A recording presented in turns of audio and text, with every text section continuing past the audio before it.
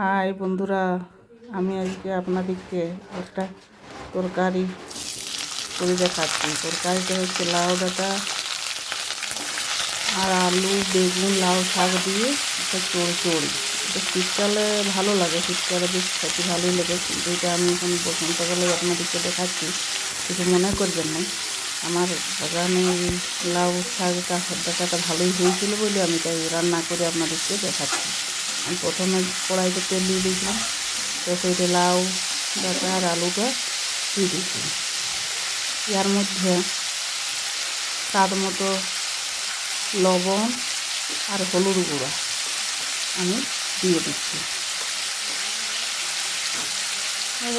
তারপরে এটাকে লাড়িয়ে চাড়িয়ে একটুকু ভালোভাবে ভাজিয়ে নিতে হবে। একটুকু ঢাকা দিয়ে ভালো করে, ঢাকা দিলে আলুটা ডাঁটাটা ভালোই সিদ্ধ হয়ে যাবে, কারণ আলুটা ওখানে নতুন আলু আর ডাঁটাটাও বেশ কচি লোবলোবিয়া ছিল। তারপরে ভাজা হয়ে গেছে, আমি নামাই দিয়েছি। এর মধ্যে আরও ভালো করে কড়াটা ধুয়ে তেল বসাই দিয়েছি, তেলটা দিয়ে দিয়েছি। তেলটা দেওয়া হয়ে গেছে ভালো তেল। এর মধ্যে শুকনো লঙ্কা ফোড়ন আর গোটা জিরা পাঁচফোড়ন, গোটা জিরা দেওয়া হলো। এবার পাঁচফোড়ন দিতে হবে। আপনারা বড়ি যদি ঘরে থাকে বড়িও দিতে পারেন। আমি এখানে রসুন গোটা কত চিড়ে রেখেছিলাম, সেইটা দিলাম, কেননা একটু রসুনটা দিলে ভালোই লাগে শাকটা। তো লাউ শাকটা আলু আরও আমি মানে সরষা বাটি রেখেছি আগের থেকে, আর পোস্তও বাটি রেখেছি আগের থেকে। আমার এই রসুন পাঁচফোড়ন জিরা সব ভালোভাবে ভাজা হয়ে গেছে। আমি এর মধ্যে দিয়ে দিলাম সরিষা বাটাটা ভালোভাবে দিয়ে দিচ্ছি। এটাকে একটু লাড়াচাড়া করে মশলাটা মিশিয়ে দিতে হবে। মশলাটা তো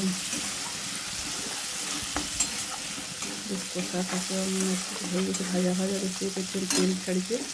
এর মধ্যে সেই ভাজিয়ে রাখা আলু আর লাউ ডাঁটাটা একদম ছাড়ি,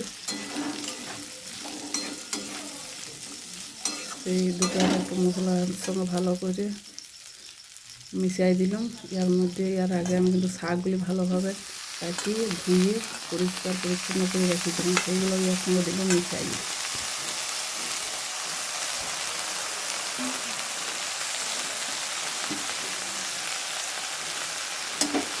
এটা ভালো করে লাড়িয়ে চাড়িয়ে দুবার চারবার উদার করে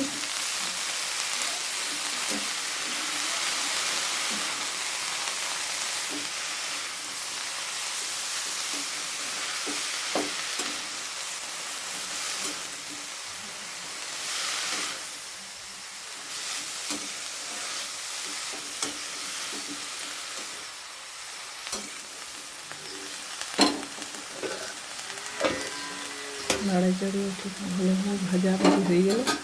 তারপরে একটু সামান্য বাটি ধোয়া জলটা দিয়ে দিলাম, এর সাথে মিশিয়ে আর একটা ঢাকনা দিয়ে দিলাম, ঢাকা দিয়ে একটু কম আছে, একটু ভালোভাবে সিদ্ধ হোক। ভালোভাবে দেখো আমার সিদ্ধ হয়ে গেছে।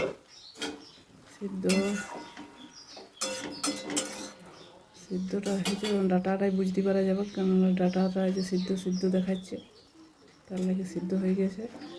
আমি এর পরে বেগুনটা কিন্তু ভাজি রেখেছিলাম, আপনাদেরকে দেখানো হয় না। বেগুন ভাজি রেখেছি, তাই এটা মিশিয়ে দিলাম। আর বেগুন ভাজি ভালোভাবে এর সঙ্গে পোস্ত বেটে রেখেছিলাম, পোস্তটাও মিশিয়ে দিলাম, কেননা পোস্তটাই তার সাথে দিয়ে দিচ্ছি। আপনারা সরষা দিয়েও করতে পারেন, আমি একটু পোস্ত মিশিয়ে দিলাম। তারপরে ভালোভাবে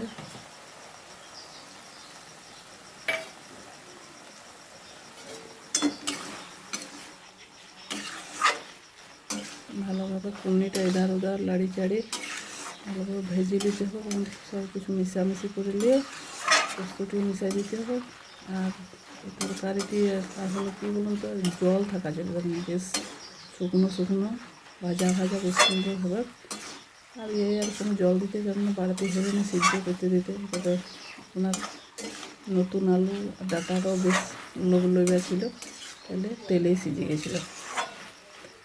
তার লাগে সবজিটা তরকারিটা কিন্তু আমার রেডি হয়ে গেল। আমার ভাতও হয়ে গেছে। তারপরে ভাতের সাথে দিয়ে দেবো। দুপুরবেলায় আমার এই মেনুটি আপনাদের কেমন লাগলো আমাকে একটু জানাবেন। আর আমার যদি ভিডিওটি কি ভুল হচ্ছে, কোনখানে কী হচ্ছে, আর এই কথা বলাটা ভালোভাবে হচ্ছে না ঠিকই, তবে যদি ভালো করে করতে পারি দেখবো চেষ্টা করে। আমরা এইখানে ভালোভাবে সেটমেট খাই গেছে দেখুন। আর কথাগুলো কিন্তু আমার ভালো ঠিকঠাক হচ্ছে না, বুঝতে পারছি। যদি ভালো লাগে শেয়ার করে